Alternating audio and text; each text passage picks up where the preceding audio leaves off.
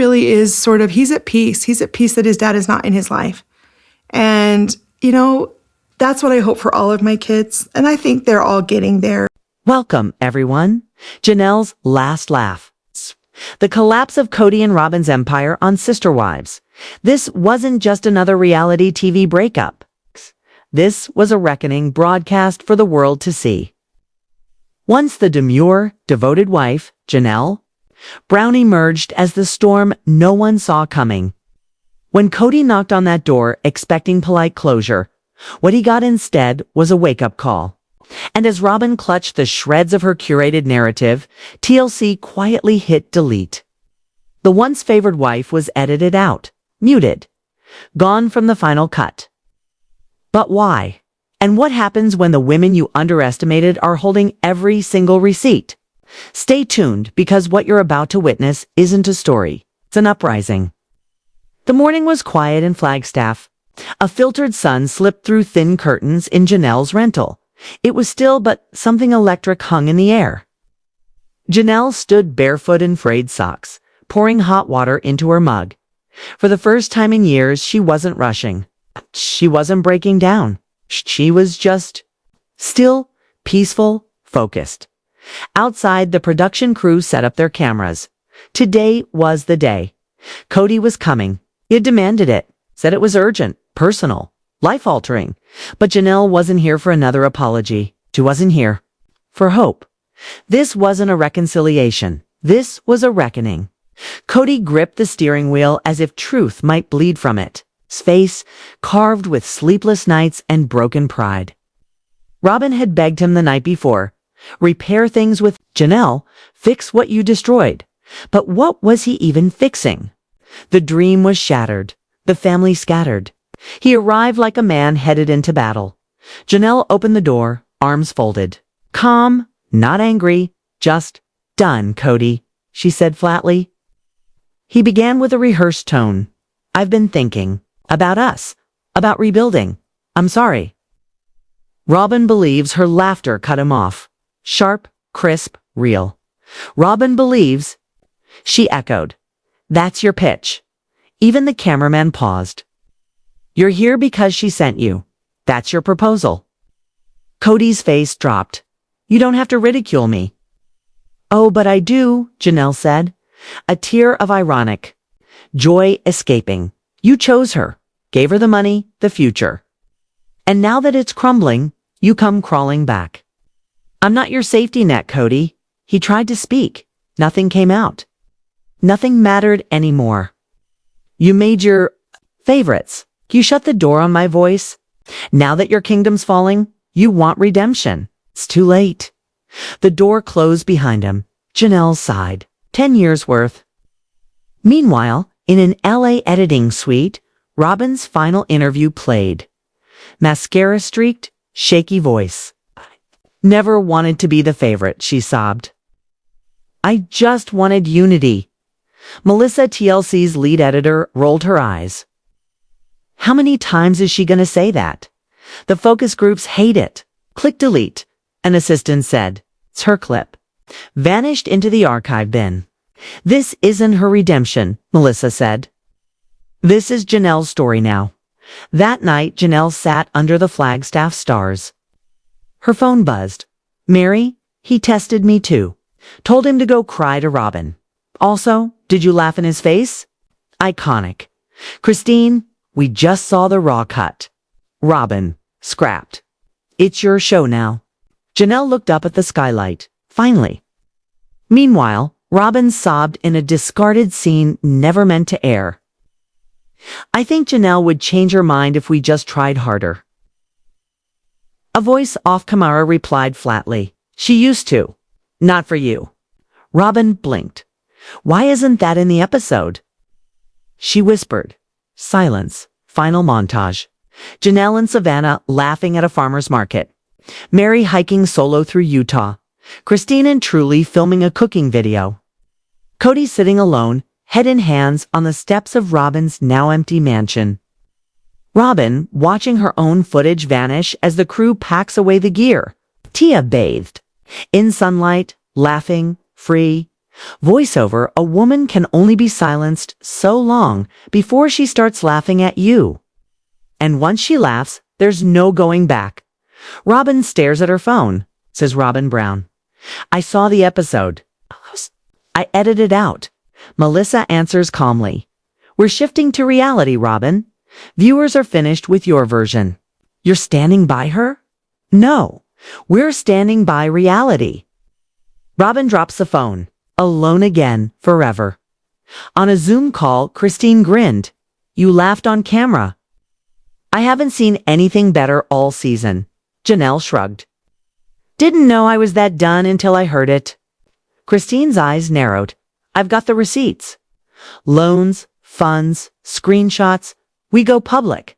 Not TLC's version hours. Janelle, you mean our voices. Christine.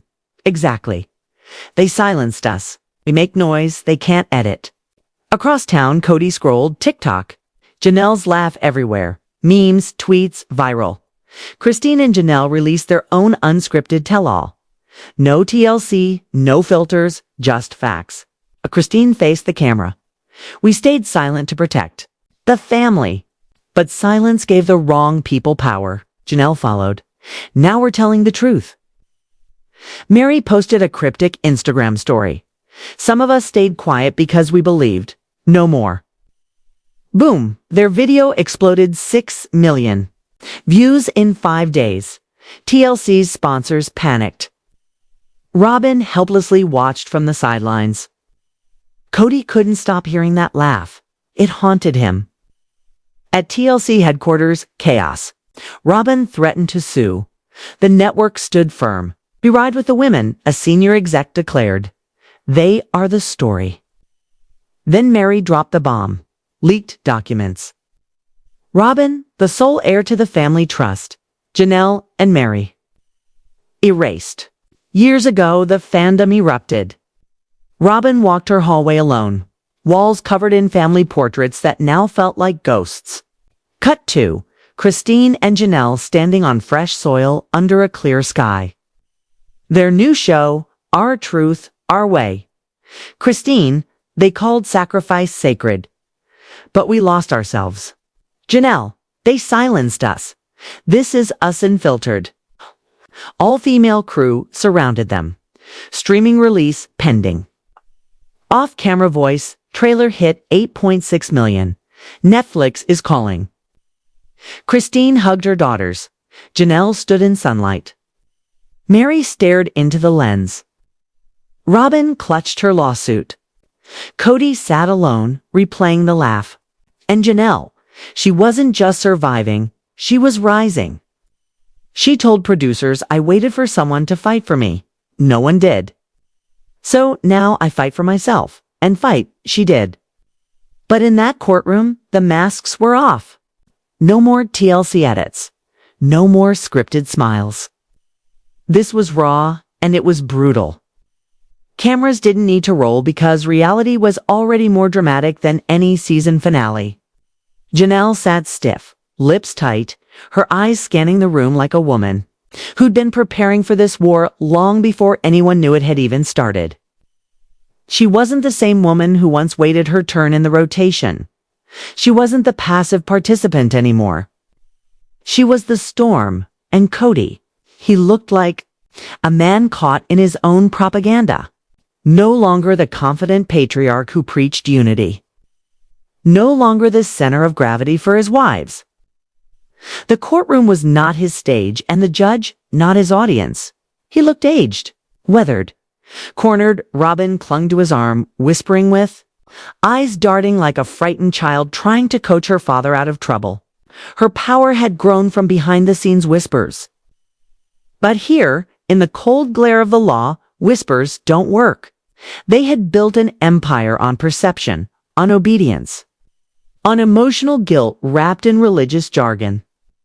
But Janelle had stripped all that down with one thing they never expected. Truth. She didn't scream. She didn't cry. She testified. She listed years. She listed income.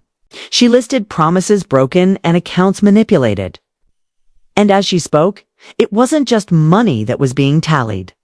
It was value, her value, her children's value, the cost of silence, the interest on decades of submission.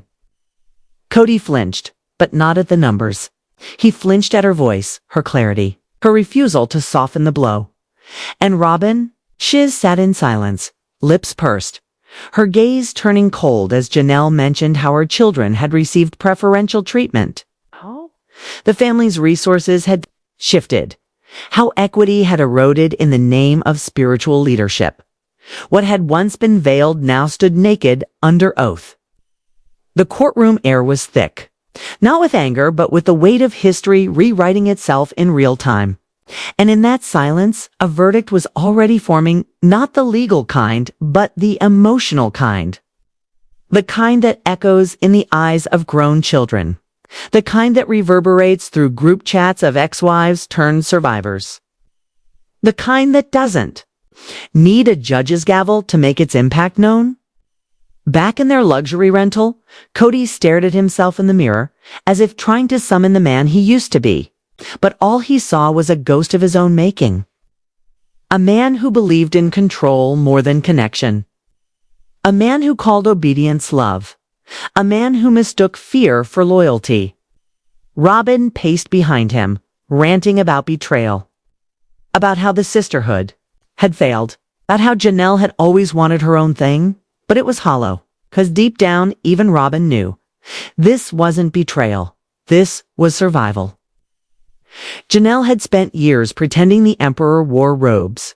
Now, she described down to the decimal the exact thread count of the lie. They're also so I wasn't supposed to fall in love? I don't know. I think the tenet was to love everybody equally. Try that. And the fandom.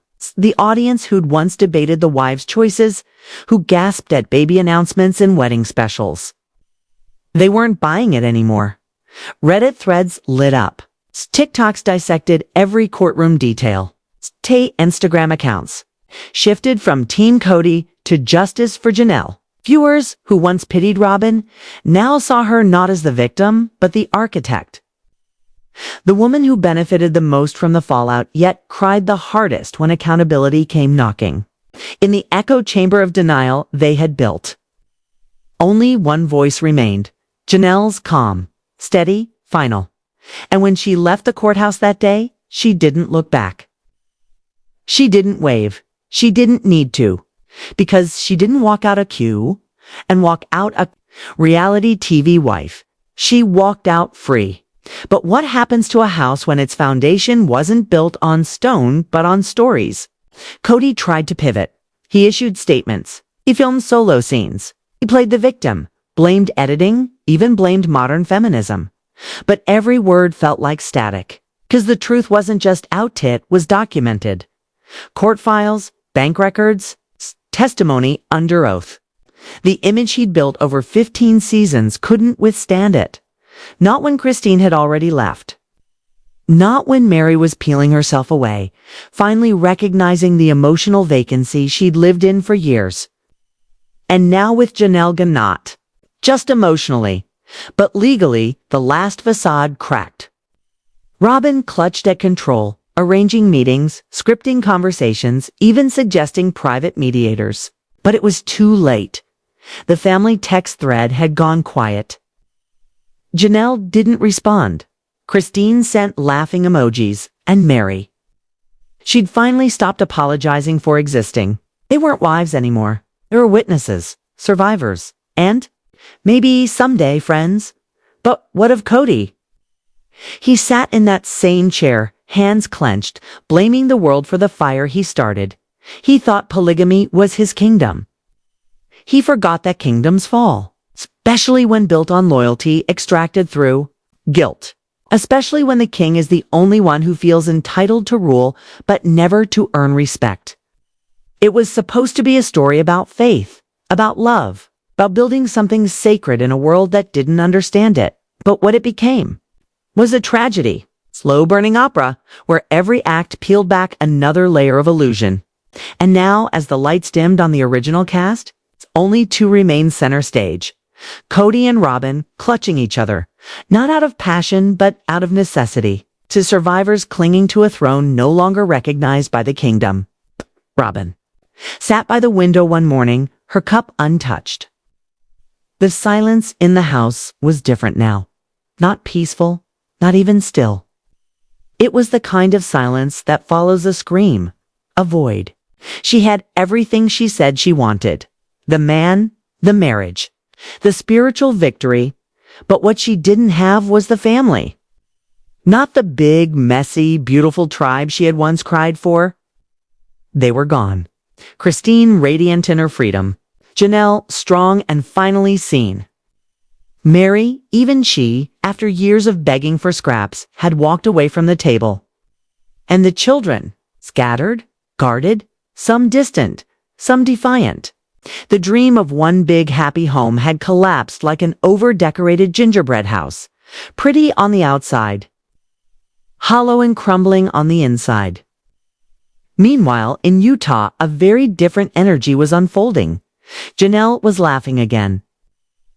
Not just in interviews, but in life, in real time, with her kids, with Christine, with people who saw her not as a title or role, but as a woman reclaiming herself.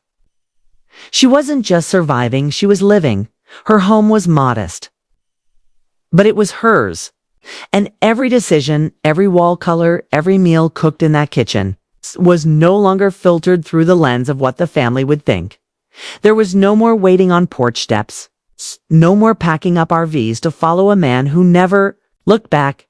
Janelle Brown was done waiting for approval. She'd become her own authority. Back in Flagstaff, the cameras were still rolling.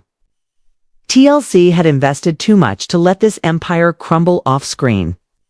But something was different now. The audience had changed. They weren't watching to see how the wives would please Kody. They were watching to see how the wives would free themselves. And Kody felt it. He saw it in the edits. He heard it in the interview questions. The narrative wasn't about him anymore. He wasn't the sun. He was the storm they had learned to survive. And as ratings soared not because of polygamy, but because of the truth breaking through, one thing became clear. The power had shifted. This wasn't just Janelle's last laugh, which Christine's vindication. Mary's emancipation. Even the children who had long been the silent casualties of emotional neglect were now finding their voices, some through YouTube channels, some through podcasts, some through quiet distance, but all of them speaking truths their father never saw coming. And what of Robyn? The woman once painted as the innocent, the soft-hearted victim. Now, many saw her as the architect, the one who whispered while the others screamed. The one who got the legal marriage. But never the moral high ground. Some fans still sympathized with her. Others said she got what she wanted and lost what mattered. But whatever side of the fence they stood on, one truth was indisputable. This love story didn't end with happily ever after. It ended with a reckoning. Kody once said, love should be multiplied, not divided. But in the end, he divided his love until there was nothing left to multiply. And now, he's alone with the math. 4 wives, 18 children. 1 man, 0 mirrors. Left unbroken, Janelle, just walking through farmers' markets with her daughters, laughing about road trips. Cooking in a kitchen she doesn't have to share. Reading books that no longer quote obedience, but liberation. And when asked if she regrets the past, she just smiles, because without it, she wouldn't have become the woman the world now sees. The woman who stopped surviving and started thriving. This wasn't just a breakup. This was a revolution, quiet, determined, led by women who were once told to submit. But now, they're writing their own scripts. And Kody, he's no longer the author.